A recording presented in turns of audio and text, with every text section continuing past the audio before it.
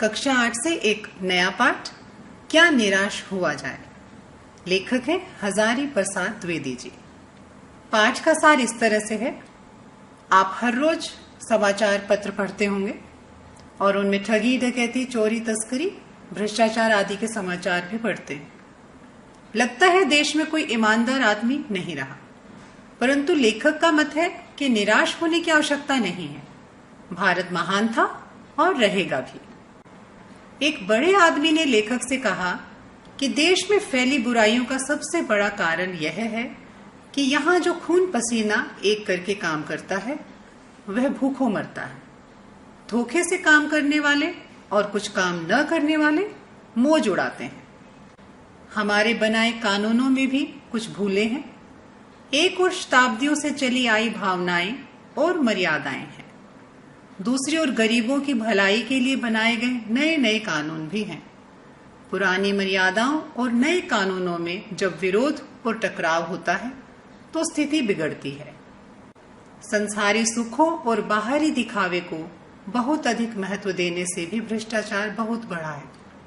भारत में धन को इतना महत्व कभी नहीं दिया गया और रिश्वत, लोभ, मोह आदि को कभी अच्छा भी नहीं माना गया। यहाँ करोड़ों पिछड़े हुए और कंगाल लोगों की दशा सुधारने के जो प्रयत्न हुए हैं, जैसे कृषि, दस्तकारी और उद्योगों को बढ़ावा देना, उनमें वास्तविक उद्देश्य पूर्ण नहीं रहा।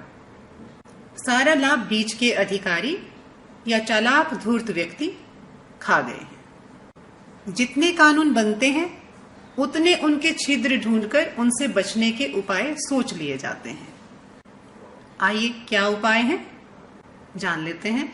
लेखक का मत है कि केवल कानून बनाने और उसके भय से भ्रष्टाचार समाप्त नहीं हो सकता। भारत की परंपरा के अनुसार कानून से धर्म को अधिक मान दिया जाना चाहिए। लोग कानून से उतना नहीं डरते जितना धर्म से डरते हैं। ईमानदारी, दया, सहानुभूति, सत्य, सेवा और भक्ति को अधिक महत्व दिया जाए। समाचार पत्रों में जो भ्रष्टाचार के समाचार छपते हैं उनसे पता चलता है कि लोग तस्करी, रिश्वत, लूटमार आदि से दुखी और परेशान हैं।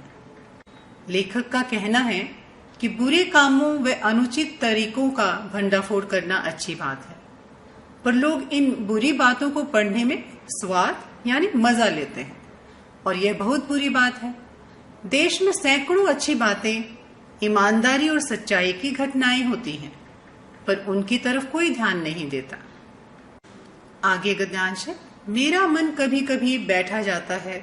समाचार पत्रों में ठगी, डकैती, चोरी, तस्करी और भ्रष्टाचार के समाचार भरे रहते हैं। आरोप प्रत्यारोप का कुछ ऐसा ही वातावरण बन गया है कि लगता है देश में कोई ईमानदार आदमी ही नहीं रह गया है। यह सही है कि इन दिनों कुछ ऐसा माहौल बना है कि ईमानदारी से मेहनत करके जीविका चलाने वाले निरीह और भोले भाले श्रमजीवी पिस रहे हैं और झूठ तथा फरेब का रोजगार करने वाले फल फूल रहे हैं। ईमानदारी को मूर्खता का पर्याय समझा जाने लगा है। सच्चाई केवल भीरू और बेबस लोगों के हिस्से पड़ी है। ऐसी स्थिति में जीवन के महान मूल्यों के बारे में लोगों की आस्था ही हिलने लगी है। भारतवर्ष ने कभी भी भौतिक वस्तुओं के संग्रह को बहुत अधिक महत्व नहीं दिया है। उसकी दृष्टि से मनुष्य के भीतर जो महान आंतरिक गुण स्थिर भाव से बैठा हुआ है वही चरम और परम है। लोभ, मोह, काम, क्रोध आदि विचार मनुष्य में स्वाभाविक रूप से विद्यमान रहते हैं, पर उन्हें प्रधान शक्ति मान लेना और अपने मन तथा बुद्धि को उन्हीं के इशारों पर छोड़ देना बहुत बुरा आचरण है। दोषों का पर्दाफाश करना बुरी बात नहीं है। बुराई यह मालूम होती है कि किसी के आचरण के गलत पक्ष को उद्घाटित करके उसमें रस लिया जाता है और दोषोद्घाटन को एकमात्र कर्तव्य मान लिया जाता है। बुराई में रस लेना बुरी बात है। अच्छाई को उतना ही रस उजागर न करना और भी बुरी बात है। एक बार लेखक टिकट खरीदते हुए भूल से 10 रुपए की जगह 100 का नोट दे आए। बहुत देर बाद टिकट क्लर्क ने ढूंढकर उन्हें 90 रुपए लौटाए। एक बार वह परिवार सहित बस द्वारा कहीं जा रहे थे। तो रात का समय था, डाकुओं का डर भी था और रास्ते में बस रुक गई। कंडक्टर उसी छत से साइकिल उतारकर कहीं चला गया तो लोगों ने समझा वह डाकुओं को बुलाने गया है। लोग ड्राइवर को पीटने को उतारू हो गए। मैं भी बहुत भयभीत था, पर ड्राइवर को किसी तरह मारपीट से बचाया। 1.5-2 घंटे बीत गए। मेरे बच्चे भोजन और पानी के लिए व्याकुल थे। मेरी और पत्नी की हालत बुरी थी। लोगों ने ड्राइवर को मारा तो नहीं, पर उसे बस से उतारकर एक जगह घेर कर रखा। कोई भी दुर्घटना होती है तो पहले ड्राइवर को समाप्त कर देना उन्हें उचित जान पड़ता है। मेरे गिड़गिड़ाने का कोई विशेष असर नहीं पड़ा। इसी समय क्या देखता हूँ कि एक खाली बस चली आ रही है और उस पर हमारा बस कंडक्टर भी बैठा हुआ है।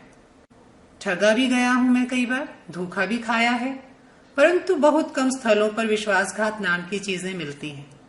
केवल उन्हीं बातों का हिसाब रखो जिनमें धोखा खाया है, तो जीवन कष्टकर हो जाएगा।